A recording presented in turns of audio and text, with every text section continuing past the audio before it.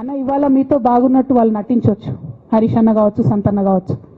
కానీ వాళ్ళు మన మంచి కోరుకునే వాళ్ళు కాదు, వాళ్ళు తెలంగాణ ప్రజల మంచి కోరుకునే వాళ్ళు కాదు, వాళ్ళు కేసీఆర్ గారి మంచి కోరుకునే వాళ్ళు కాదు.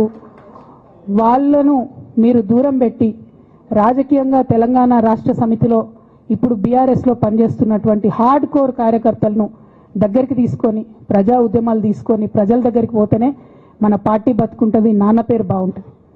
ఇవాళ నాన్నకు సిబిఐ అనేటటువంటిది వచ్చిందంటే అది కేవలం హరీష్ రావు గారు, సంతోష్ రావు గారి అవినీతి వల్లనే వచ్చిందని మళ్ళొకసారి నేను ఘంటాపదంగా చెప్తున్నాను. హరీష్ రావు గారికి నేను సూటి ప్రశ్న వేస్తున్నా, ఈ రాష్ట్ర ముఖ్యమంత్రి రేవంత్ రెడ్డి గారు కూడా నేను సూటి ప్రశ్న వేస్తున్నా.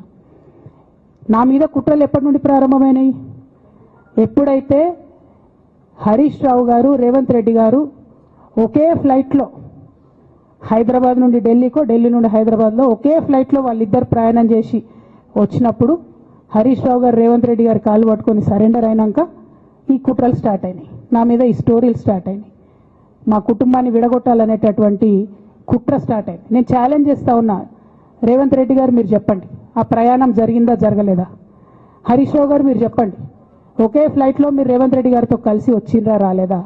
ఆ తర్వాత నుండే నా మీద ఈ కుట్రలు జరుగుతున్నాయా లేదా? సరెండర్ అయింది మీరు. నా 25 ఏళ్ల రాజకీయ ప్రస్థానం తెలంగాణ ప్రజల ముందు ఒక తెరిచిన పుస్తకం లాంటిది. సరే, గత కొంతకాలంగా మా పార్టీ పైన, అదేవిధంగా నా పైన కొన్ని రాజకీయ పార్టీలు చేస్తున్నటువంటి వ్యాఖ్యలనే వారు కూడా చేయడం జరిగింది. అయితే ఆ వ్యాఖ్యలు వారు ఎందుకు చేశారో అది వారి విజ్ఞతకే నేను వదిలేస్తున్నాను.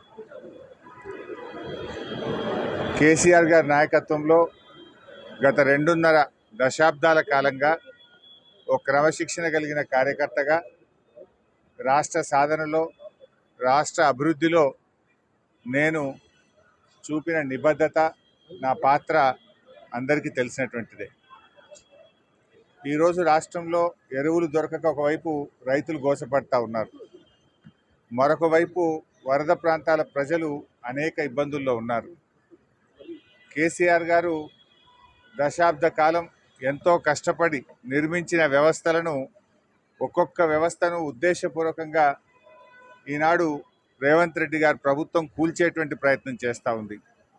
సో ఇటువంటి పరిస్థితుల్లో కష్టాల్లో ఉన్న ప్రజల్ని ఆదుకునే విషయంలో, తెలంగాణ ద్రోహుల చేతుల్లో నుంచి ఈ రాష్ట్రాన్ని కాపాడుకునే విషయంలో మా దృష్టి అంతా ఉంటుంది. సో మేము ఈ రాష్ట్ర సాధనలో పోరాటం చేసిన వాళ్ళం, ఈ రాష్ట్రాన్ని కాపాడుకోవడంలో బాధ్యత కలిగిన వాళ్ళం. సో మా సమయాన్ని అంతా కూడా దాని మీదనే మేము వెచ్చిస్తాం. తప్పకుండా కేసీఆర్ గారి నాయకత్వంలో తిరిగి బీఆర్ఎస్ పార్టీని అధికారంలో తెచ్చుకొని ఈ ప్రజలు పడుతున్న కష్టాలను తొలగించడానికి అందరం కలిసికట్టుగా ముందుకు సాగుతాం.